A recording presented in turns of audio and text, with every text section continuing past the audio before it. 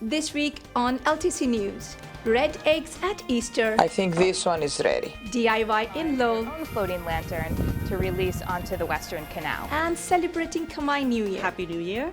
សួស្តីឆ្នាំថ្មី Stay with us.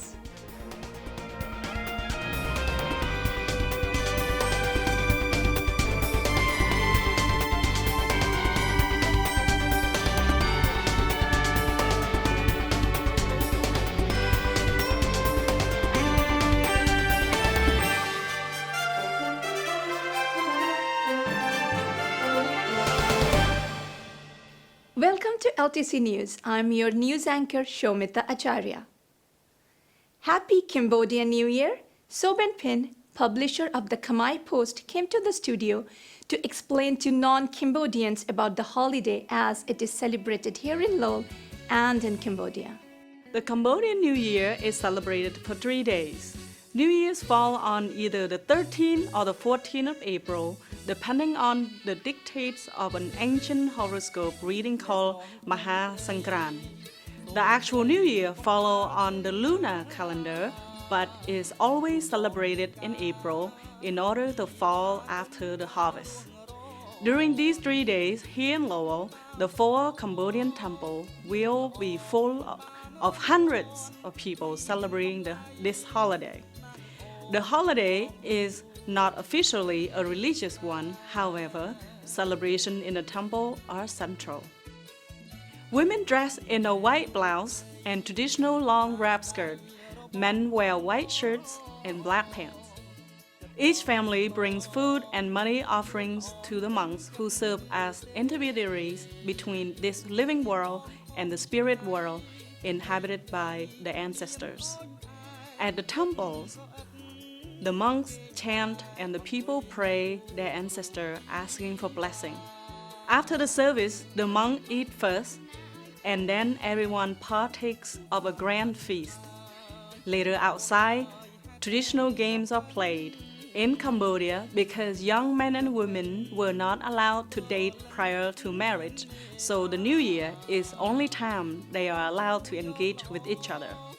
Games are traditionally designed as a chance for courting. If a young man finds a woman he likes, he would go home and tell his parents that he wants to marry her, and his parents would give the proposal to the girl's parent, who may accept or decline. Some of the popular games, such as Jol Chung, Tieng Prod, or the Tug of War, and Lek Kan Sang are played. On the final day of the New Year celebration, people wash the Buddha statues, which are the embodiment of the deity, with perfumed water. People then take that water home to wash as a blessing. The New Year officially begins Friday morning, April 14 at 3:20 a.m.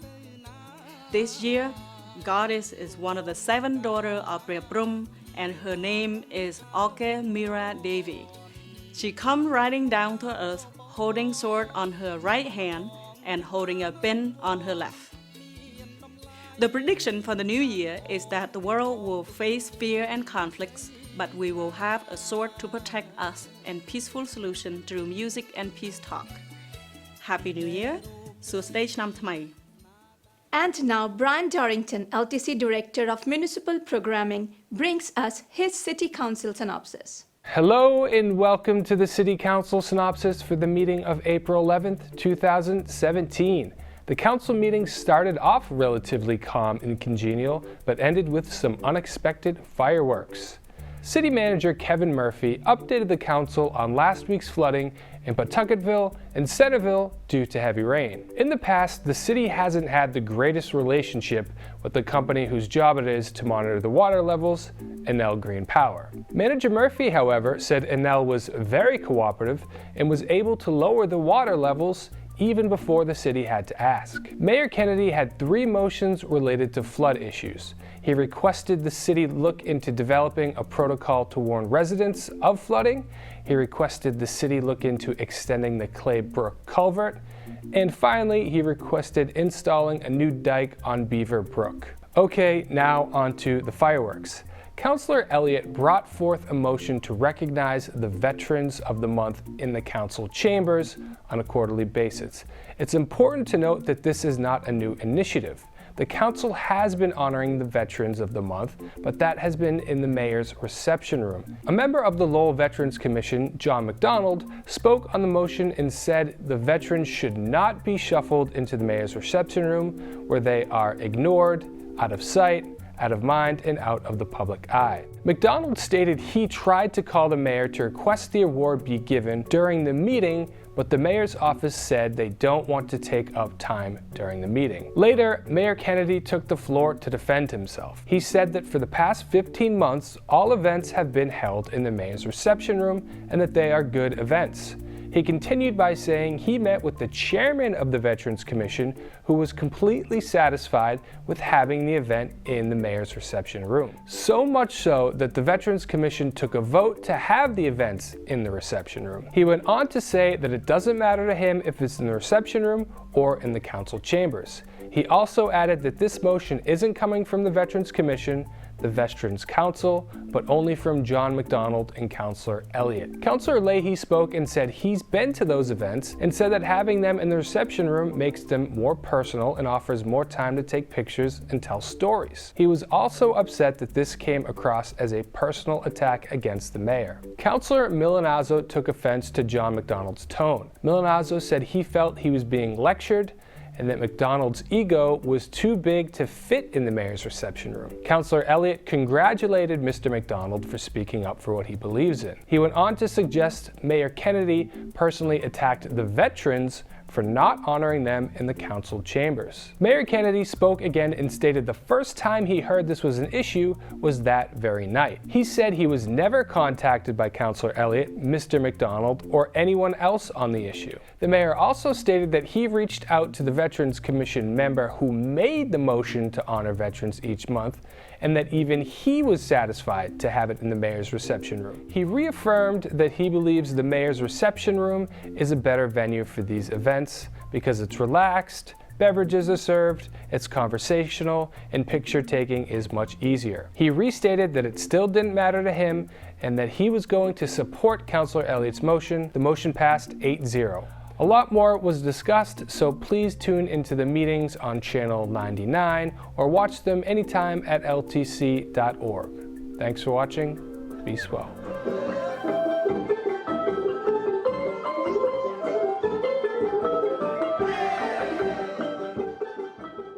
DIY or Do-It-Yourself is a citizen-led initiative that connects and empowers Lowellians to create small-scale projects with the goal of improving the quality of life in the city. The next DIY project, called Point of Light, will take place on the evening of April 22nd. Project organizer Laura Scarlett Tavares tells us more. Points of Light is a spring celebration of unity and renewal taking place here on Ecumenical Plaza the evening of April 22nd. From 5 to 9 p.m., we'll have a variety of cultural performances from music to dance to spoken word, as well as stations where folks can come and personalize their own floating lantern to release onto the Western Canal. Around dusk at 7:15, our Points of Light volunteers will be releasing the lanterns into the water, and folks can observe and see to spot theirs on the canal floating down, and they'll be collected at the end of the evening. We started talking about the history of lantern festivals and realized that there are many cultures across the world and pretty much in every continent that either has a lantern festival or uses light as a symbolic way to celebrate the joys of life. And from there, we really felt it seemed to be the perfect way to celebrate the unique diversity of Lowell and its residents. So DIY Lowell encourages residents to submit their ideas for what they would like to see in their city and what they think Lowell would be, what would make Lowell a better place. It then engages them again for folks to view other ideas and vote on the top ideas, and then get them even further engaged by coming together to make it happen. Of course, not only volunteers that come together to plan the events, but also relying on the city infrastructure and other organizations and groups that already exist within the city. Earlier this year, there was the Survivors of Hope Gallery at Mill Number 5, which was an art exhibit focusing on domestic violence survivors. Last year, the Downtown History Pop-Up Trail, if anyone saw those small signs with neat little Lowell facts, that was a DIY Lowell project, as well as the Parking Day, in which a few parking spots in front of Humanity were taken over with some grass and books and games, encouraging folks to come out and enjoy the day together. So we've been doing all of our own fundraising. We had a small crowdfunding campaign, as well as a number of sponsors. So Kronos, Clark Insurance, Jeanne d'Arc Credit Union, Eastern Bank, Enterprise Bank, Lowell General Hospital, Trinity EMS, Edge Group, Lowell National Historic Park. So we've had quite, you can see it truly has taken a village. Dyeing eggs red is a tradition in many Eastern Orthodox religions, particularly amongst the Greek Orthodox. The red dye symbolizes the blood shed by Christ when he was crucified. The hard shell of the egg represents the burial tomb of Christ, and the tradition of cracking the eggs is said to represent Christ's resurrection from the dead. Greek-American Lowellian Elena Zohdi shows us how it all works. Welcome to my kitchen. I place some water in the pot. This tradition comes from the Greek Orthodox Church, and I was born Greek Orthodox in Greece, and that's all I can remember. This is one of the most important holidays of the year. And from the minute the eggs in the water, cold water, you boil for 15 minutes. I'll show you a little trick how to know if your egg is boiled or not. This is a raw egg, it's not cooked, so you twist it and it doesn't turn much. Now, you take a boiled egg and look what happens. Thursday is, we dye the eggs, Holy Thursday, because that's the day that Christ was crucified. And the legend says, the way that I know it, there might be some others, that the blood that came out of the crucifixion turned the eggs red. Now, these are all ready now to dye them. This is the dye we use. I buy this in the Greek store. We put in a glass of warm water and put it in the pot, and then take a cup of wine vinegar and we place it in here. One, and we go. We kind of roll the eggs around gently. If you leave them in longer, they will get darker, but you want a really nice bright red egg. Let me see this one. I think this one is ready. The egg cracking is after the resurrection. We come home from church that night, like after midnight. And then we take a cloth and we put olive oil on it, see? And then we shine them up with the olive oil. And they are shiny, nice and shiny, like that. You're sitting on the table, so everybody has their egg. So they start, and one holds it, the other goes, Christos Anesti. And now it's time to crack the eggs. Here you go, Swati. Christos Anesti. Elitos Anesti. Oh, it looks like you're gonna be the lucky of the year. See?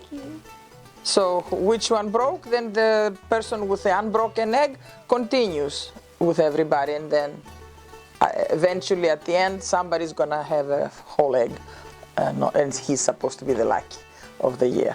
Sometimes somebody can be sneaky and go sideways, and then for sure it breaks your egg. And there is some clever people that take a wooden egg, but then you find out. In this week's Sunspot, Lowell Sun Enterprise editor Chris Scott talks with City Councilor Bill Samaras a former headmaster of Lowell High. They continued the discussion on the proposed locations for the new school.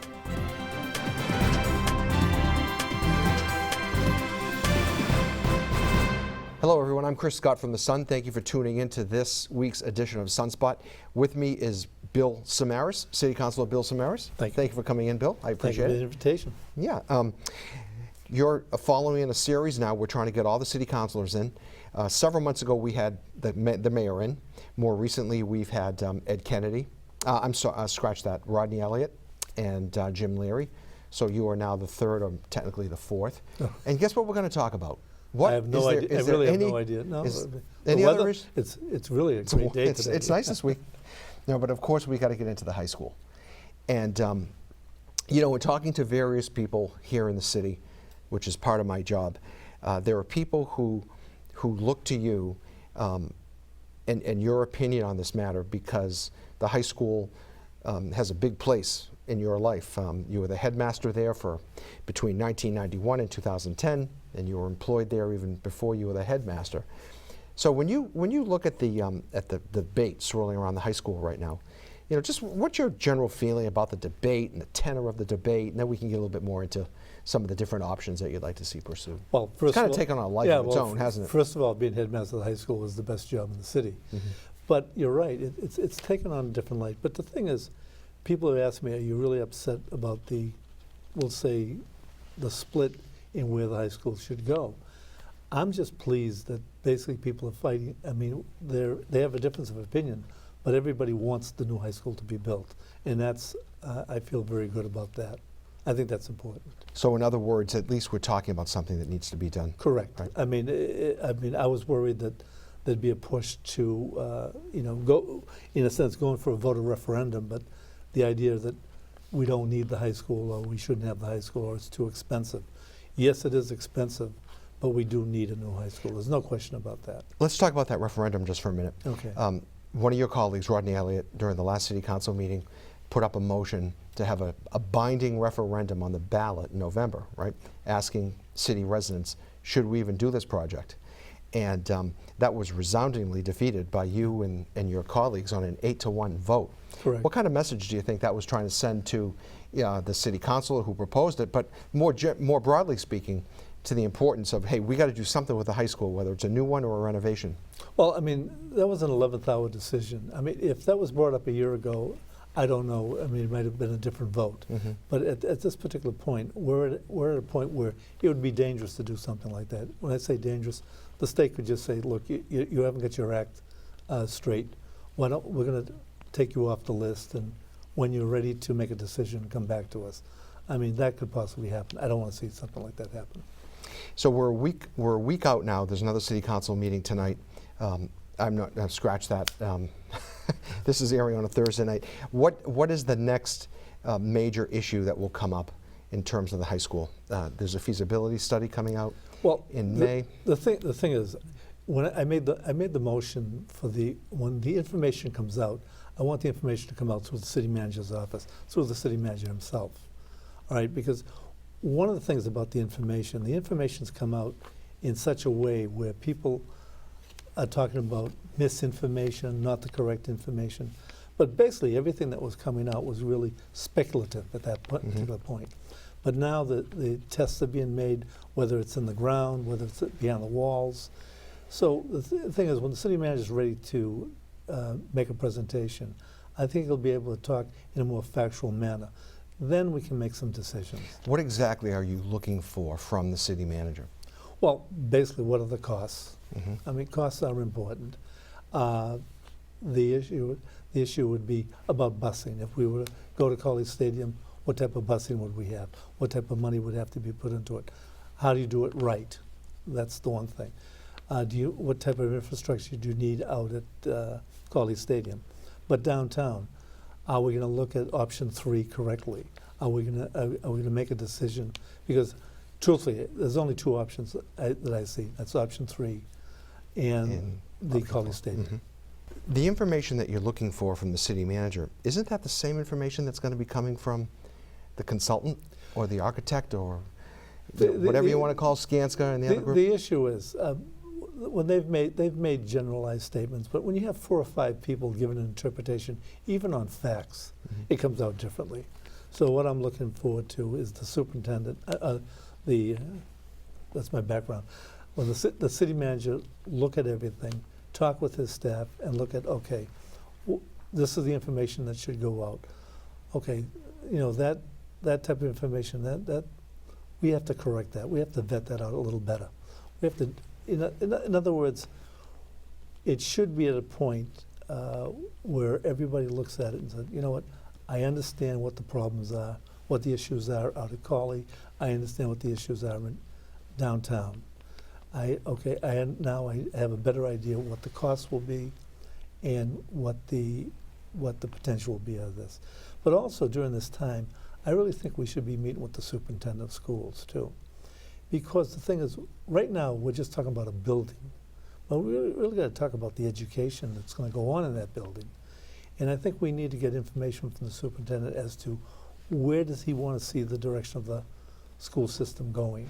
And how does this new high school play in that? Okay, let's stick with that for a second. Okay. There's been a lot of chatter out there. It hasn't been very public that this whole fight has been fought at City Hall and not down on Merrimack Street at the school department headquarters.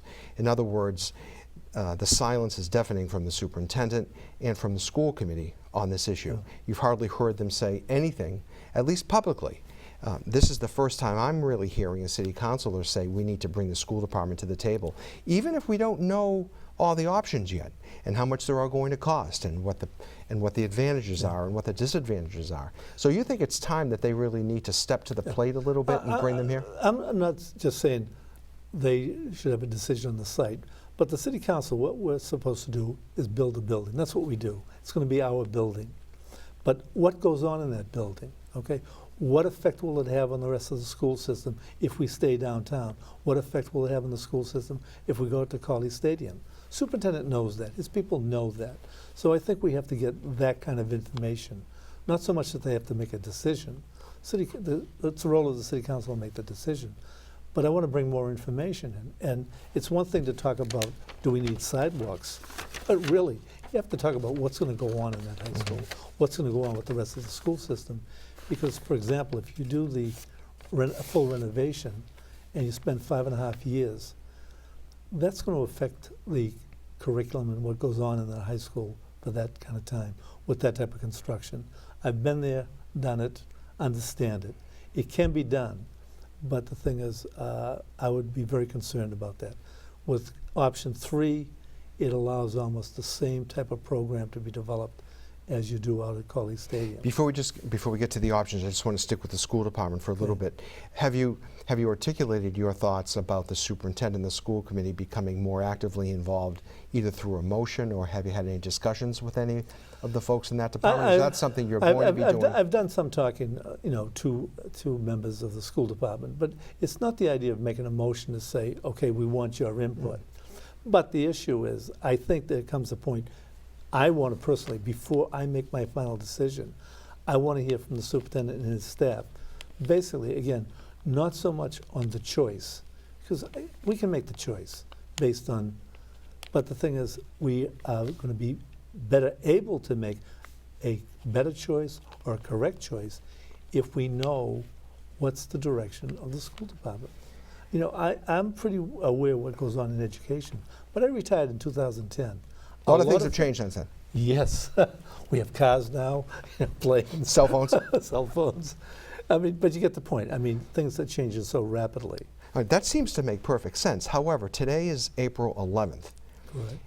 I believe the architectural and the consultant's report that's going to lay out all that stuff that you want to know is due May 9th? Correct.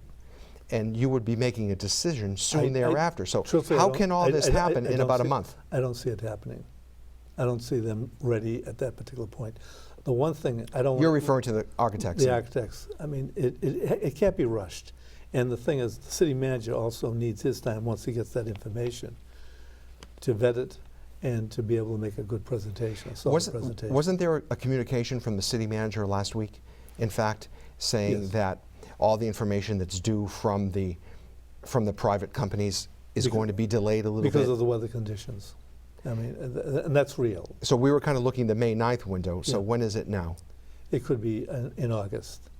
But the thing is, the information, in other words, that's for us to go to the MSBA. But the thing is, we could do it at the end of June, we could do it in July. When do you envision the City Council having to make that final vote on whether it's going to be option 3 or option 4? Assuming it's just one The of those thing two. is, on record, it's in May 9th, okay? I probably see it in the middle of June. And then that would give you more time to get some advice and some insight from the school department, would it not? I mean, I really think, because we're getting more and more information out, because it's surprising. People say, well, everybody should know what's going on about the high school. It's in the paper, it's on the radio station, what have you. But there are so many people that really, especially, I found that out when you go door to door asking people for your vote, that are not so much that they're not interested in what's going on in Lowell, they have other issues to deal with. So I think the more time we take to get out the correct information, to really talk about what the cost will be, but what the value. We need to talk about what's going to be the value of this. Okay, I high just school. have to interrupt. We have 2 minutes Okay. left. Just talk about the options for a minute. So in your view, you're down to 2 options. Yes. Either option 4, which is the construction of the new high school at Colony Correct. Stadium, or option 3, which is a Correct. renovation, new building downtown, Correct. including that would necessitate the taking of the doctor's office. Yeah, but if you saw the last meeting, I did ask the city manager, has he spoken to the ownership of that building? And he really hasn't. He's just gone through with their attorney. But the thing is, so I asked if he could set up a meeting, with the owners of that building, to sit down and discuss, okay, how helpful they could be to the community. Because I think they should play a role in this. We've been hearing they don't want to, or this. We don't know. We haven't talked. We're hearing all sorts of things on that. Right. Correct. So sit down and talk about it. And what's good for them? Naturally, you have to they're going to look at their own interests. But they also have to look at the interests of the city. That's important. Everybody, it should be, I have 3 issues that when I'm looking at this. Like, what's good, what's best for the students, what's best for the students' future and the future of Lowell, and finally the economics of all of this.